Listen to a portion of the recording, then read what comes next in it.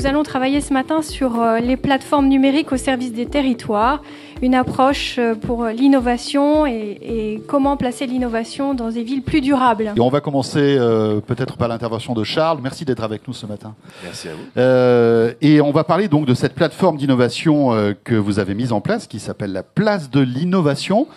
Première question, est-ce que vous pouvez nous expliquer ce dont il s'agit ? Oui, la place de l'innovation urbaine, c'est une initiative qui a été prise par la fameuse agence dont on a appelé de ses voeux l'intervenante précédente, l'agence qui s'occupe de la mobilité, de la ville, donc qui est le CEREPA, le Centre d'études et de recherche d'expertise sur les risques, l'environnement, la mobilité, l'aménagement, et le ministère de la Transition écologique, qui, avec Cap Digital, on a monté cette concertation, place de l'innovation urbaine, parce que comme c'était indiqué précédemment, la grande complexité, c'est comment faire rentrer de façon durable l'innovation dans la ville durable.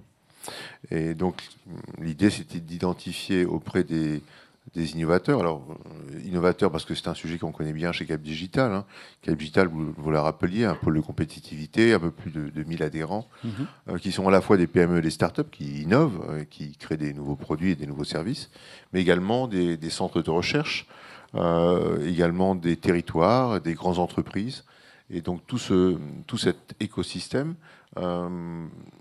avec l'intégration au sein de Cap Digital il y a quelques années, il y a 2 ans maintenant, d'un autre pôle de compétitivité qui s'appelait Advance City, ont décidé, et avec le soutien encore une fois du ministère et du CEREMA, de s'associer pour essayer d'identifier dans cette idée de l'innovation urbaine, et on en parle depuis ce matin, mais cette idée que c'est pas aussi simple, on va pas projeter des innovations dans la ville, on va pas projeter les objets collectés de façon sans avoir une réflexion sur les usages, sur les services, etc. Donc l'idée, c'est regrouper l'ensemble des acteurs de ces filières de l'urbain et de l'innovation dans l'urbain, donc les architectes, les cabinets, les cabinets d'ingénierie, les gens qui développent les innovations et les territoires, pour réfléchir à quels sont les freins au développement de cette innovation dans l'urbain, quel type de solutions on peut imaginer, et enfin, le troisième étape,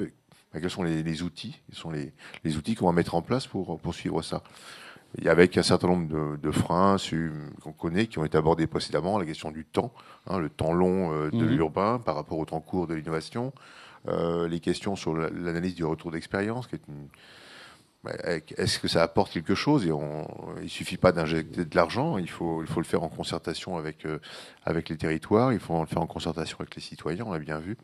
Donc voilà, donc l'idée, c'est pendant 3 mois, depuis le 1er octobre jusqu'à fin décembre et début janvier, c'est de consulter, c'est d'interroger, c'est de faire travailler ensemble tout cet écosystème complexe de gens qui ne se connaissent pas vraiment, et de un peu fusionner l'ensemble de ces idées, et de façon à trouver des solutions et réfléchir, mais retourner vers le ministère, vers les acteurs, avec évidemment, c'est aussi cette dimension qui était rappelée précédemment, la dimension du territoire. Le territoire, c'est la France, mais c'est aussi au sein de ces territoires, ce sont les villes, et l'adaptation de l'innovation sur les territoires plus précis, comme les villes, donc avec des missions qui ont été menées sur Paris, sur Lyon, sur Marseille, sur Angers, sur un certain nombre d'autres petites villes. Comment est-ce que vous sentez les réactions? Est-ce qu'il y a une appétence par rapport à ça? Est-ce qu'il y a une demande Aujourd'hui, on a un peu plus de 750 réponses à l'appel à la consultation, donc de gens qui ont proposé des idées, qui ont proposé de l'innovation. Je crois qu'il y a une très forte attente. Alors, les grands groupes dans les télécoms, dans le transport, dans le bâtiment, ont l'habitude de travailler avec les grands centres urbains, ont l'habitude de travailler avec les politiques publiques, que ce soit nationales ou régionales, européennes. C'est un peu plus difficile pour les petits acteurs, les petits acteurs de l'innovation. Vous avez une innovation, un banc connecté ou un mobilier urbain quelconque.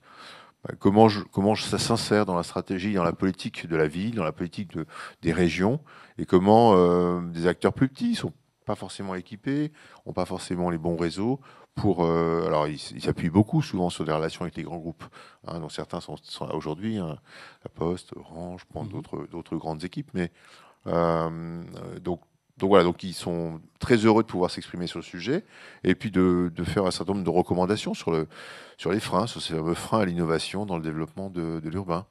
Et encore une fois, c'est plus une question d'échange. Enfin, il y a forcément des questions de financement, mais on rappelait le projet qui a échoué à Toronto. C'est pas de problème de financement. Hein. C'était 50 millions de dollars qui ont été investis sur 3 ans. Il y a eu des concertations, etc. Mais à un moment donné, ça a bloqué pour la question, on verra sûrement, sur la question des données personnelles. Et donc, on entend les experts qui disent j'aurais bien aimé voir fonctionner cette ville, mais j'aurais pas aimé y vivre. Bon, je crois que c'est un peu ce genre de... D'accord, bon signe. Donc les freins, c'est ça, c'est soit un problème financier, soit après, on va dire des problèmes éthiques. C'est ce que vous disiez à l'instant. Mais donc vous avez réalisé un panorama de plateformes existantes sur justement cette ville durable. Et qu'est-ce que c'est qu'une plateforme de ville durable en fait ? Alors, encore une fois, la place de la ville durable, c'était un lieu d'échange et d'agrégation de besoins. Donc partant de là, cette plateforme va servir au ministère de la Transition écologique, et je laisserai Jean-Marie s'expliquer là-dessus, mais à faire un certain nombre de propositions pour les appels à projets sur un certain nombre de thèmes, soit au niveau national, soit au niveau régional, informer les territoires. Et c'est vraiment cette approche-là de combinaison de ces savoirs. Donc on va recueillir, et je pense que dans la durée, on va faire partie de cette espèce de territoire, de triangle entre la politique publique, le citoyen et les innovateurs. Alors justement, Jean-Marie Quemeneur, est-ce que vous pouvez nous expliquer un petit peu comment est-ce que le ministère de la Transition écologique s'est associé à cette démarche et quel a été votre rôle ? Juste peut-être quelques mots d'introduction pour dire qu'en termes d'innovation, en fait, on ne part pas de rien. Ça fait 10 ans qu'il y a des politiques publiques en fait, qui portent l'innovation dans tous les secteurs et elles sont incarnées par les programmes d'investissement d'avenir qui sont portés par le secrétaire général pour l'investissement. C'est des programmes qui avaient été dimensionnés au temps de la relance après la crise de 2008. Dans ce cadre-là, en fait, il y a plusieurs démarches d'innovation urbaine qui ont été portées, en particulier le programme Écocité, qui visait auprès de 30 territoires lauréats sélectionnés pour un projet ambitieux en termes de développement durable, de tester en fait des innovations sur le terrain avec le soutien de la Caisse des dépôts et de la Banque publique d'investissement. Donc ça a produit en 10 ans beaucoup de résultats. Et aujourd'hui, on est à un moment un petit peu charnière où on se réinterroge à la fois sur l'ambition et sur les vecteurs de politique publique pour soutenir l'innovation. Alors l'ambition, elle est en train de se définir. En fait, on a un peu changé de champ depuis 10 ans. On était sur le développement durable. Aujourd'hui, on est sur la nécessité de la transition écologique des territoires, et en particulier des territoires urbains, pour faire face à la question du changement climatique et la lutte contre l'érosion de la biodiversité notamment. Et en fait, il y a 4 défis que le gouvernement a choisi de relever. Le premier, c'est celui de la sobriété. Donc sobriété dans la consommation d'énergie, dans l'utilisation du carbone, l'utilisation des ressources naturelles. C'est le défi de la résilience. La crise qu'on traverse aujourd'hui, en fait, elle illustre bien le sujet. C'est comment est-ce qu'on repense nos organisations pour rebondir après un choc. Il y a un troisième défi qui est celui de l'inclusion sociale. Donc, c'est toute la question de la mixité, de la fracture territoriale, par exemple. Et un dernier, c'est comment, avec ces 3 défis aussi, on maintient un niveau de productivité suffisant de nos territoires. Donc ça, c'est l'ambition. Donc, il était un petit peu temps de lever le crayon et de se poser la question de qu'est-ce qu'on produit en fait les programmes d'innovation, quelles sont les attentes des acteurs publics, mais aussi quelles sont les attentes des secteurs privés, avec 2 difficultés majeures. La première, c'est que la ville, en fait, c'est un écosystème. Et aujourd'hui, ce qu'il y a dans une ville, en fait, c'est siloté quelque part par des politiques publiques donc dites sectorielles. Il y a un côté les transports, un côté le bâtiment, un côté, par exemple, la biodiversité. Et l'enjeu de la ville, en fait, c'est de rendre cohérent tout ça. Et il y a un deuxième sujet qui est les échelles de temps auxquelles on doit réfléchir. Le changement climatique, c'est un horizon demi-siècle, siècle. Le mandat d'un élu, c'est 6 ans. Voilà. La conception d'un projet d'aménagement, c'est à peu près 5 à 8 ans. La réalisation d'un projet d'aménagement, c'est 10 ans. Et la durée d'amortissement d'un aménagement, c'est 50 ans. Voilà. Ensuite, derrière les questions, il ne faut pas se tromper. Voilà. Et puis derrière les sujets d'innovation, il y a aussi des questions de prise de risque. Prise de risque pour l'élu qui décide, bien sûr, mais prise de risque aussi pour les gens qui décident d'innover. Et on a parlé de quelques freins, mais il y a d'autres freins qui n'ont pas été cités. C'est que il y a des questions réglementaires, je vais y revenir, mais il y a aussi des questions d'ordre assurantiel. C'est-à-dire qu'il y a tout un tas d'acteurs qui nous disent aujourd'hui « ouais, on ne peut pas innover ». On a décorseté beaucoup le contexte législatif pour permettre des expérimentations, déroger à des normes. Force est de constater qu'au bout de 5-6 ans, en fait, ces outils sont peu mobilisés. Et ce qui coince, en fait, c'est souvent, la question de la peur de la prise de risque et la question qui est plus lointaine du risque assurantiel. Le principe de précaution ? Alors, je ne mettrai pas le principe de précaution sur le même plan, parce que le principe de précaution, en fait, c'est quelque chose qui est en lien avec la protection de l'environnement et de la santé. Donc, pour moi, c'est d'une autre nature. Mais ça vous fait au moins ça en moins, quoi.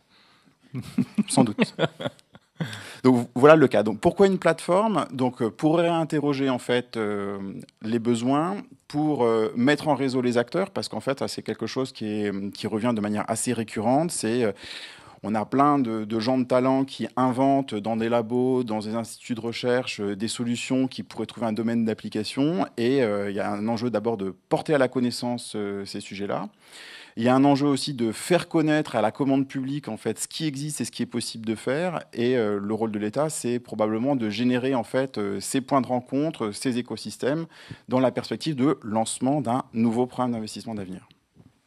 Alors, est-ce que vous pouvez nous dire où nous en sommes aujourd'hui ? Quelles sont les étapes présentes et à venir ?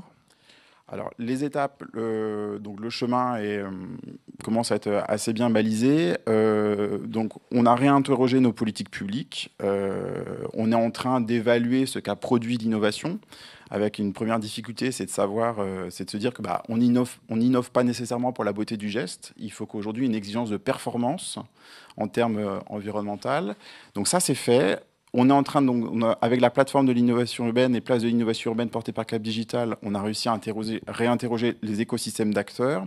Et le Premier ministre a annoncé en fait le lancement d'un 4e programme d'investissement d'avenir sur lequel nous sommes en train de bâtir une stratégie d'accélération pour la transition des villes qui prévoira une enveloppe financière pour des appels à projets.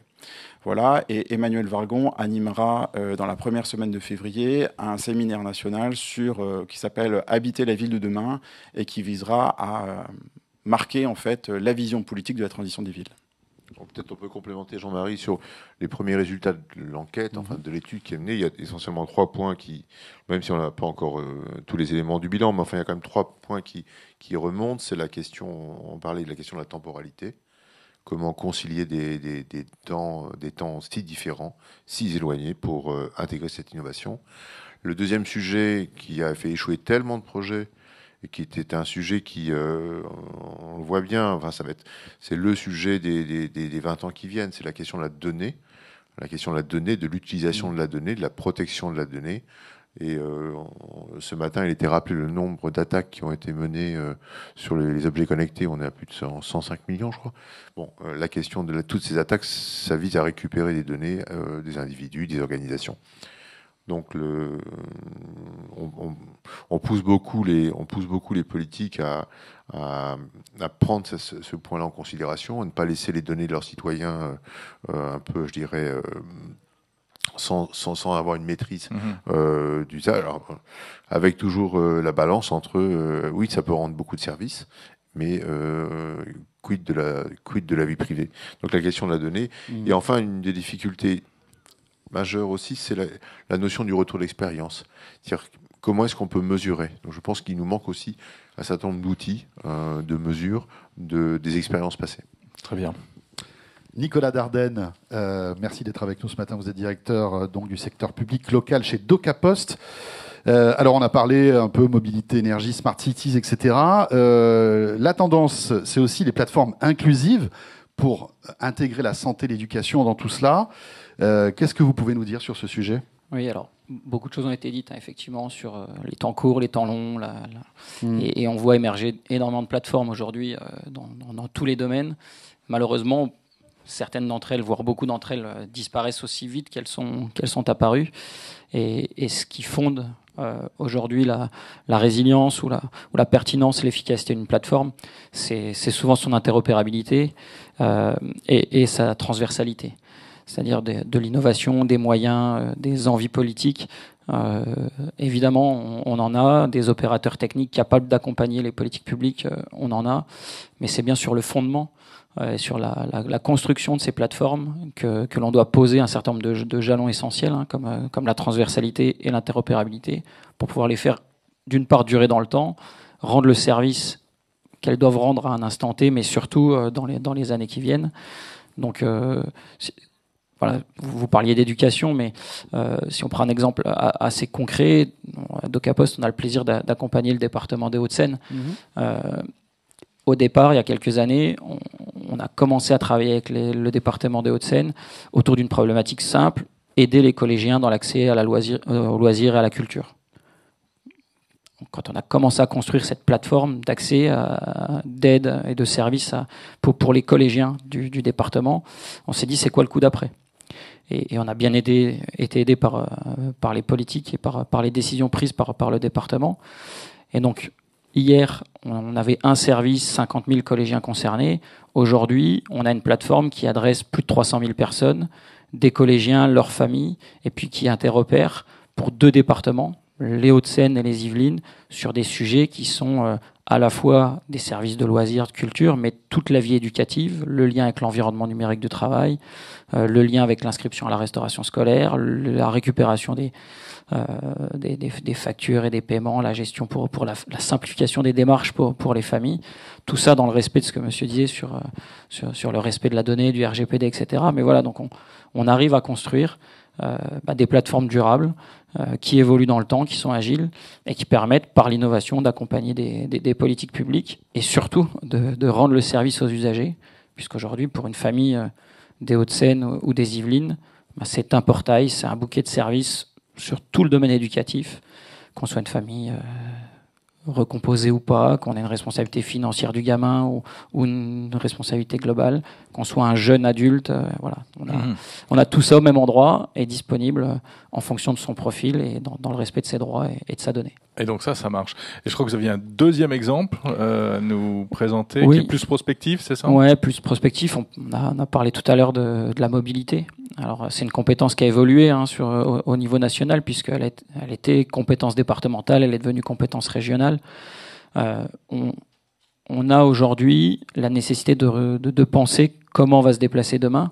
Donc il y a des chercheurs qui travaillent beaucoup là-dessus, sur l'intégration de calculs d'itinéraire, etc. Mais de se dire aujourd'hui, je veux aller d'un point A à un point B, ce qu'on disait tout à l'heure, c'est pas la finalité ultime. La finalité ultime, c'est je vais d'un point A à un point B pour un déplacement professionnel, mais je vais avoir besoin de me stationner, je vais avoir potentiellement besoin de réserver un lieu pour faire du coworking avec quelqu'un à qui j'ai pris rendez-vous, etc. Donc c'est dans ces plateformes-là, penser à l'échelle d'un territoire, aujourd'hui vraisemblablement plutôt une métropole, voire une région demain, eh bien on rend à l'usager un service qui lui permet d'avoir de manière optimisée un panel de services à lui proposer en fonction de ses habitudes, en fonction de ses besoins, et puis surtout optimiser économiquement.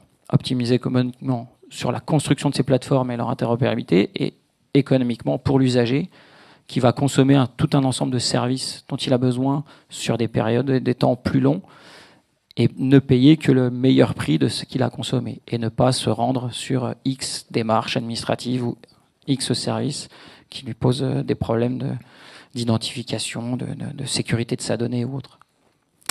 Très bien. Merci beaucoup à tous les trois. Merci.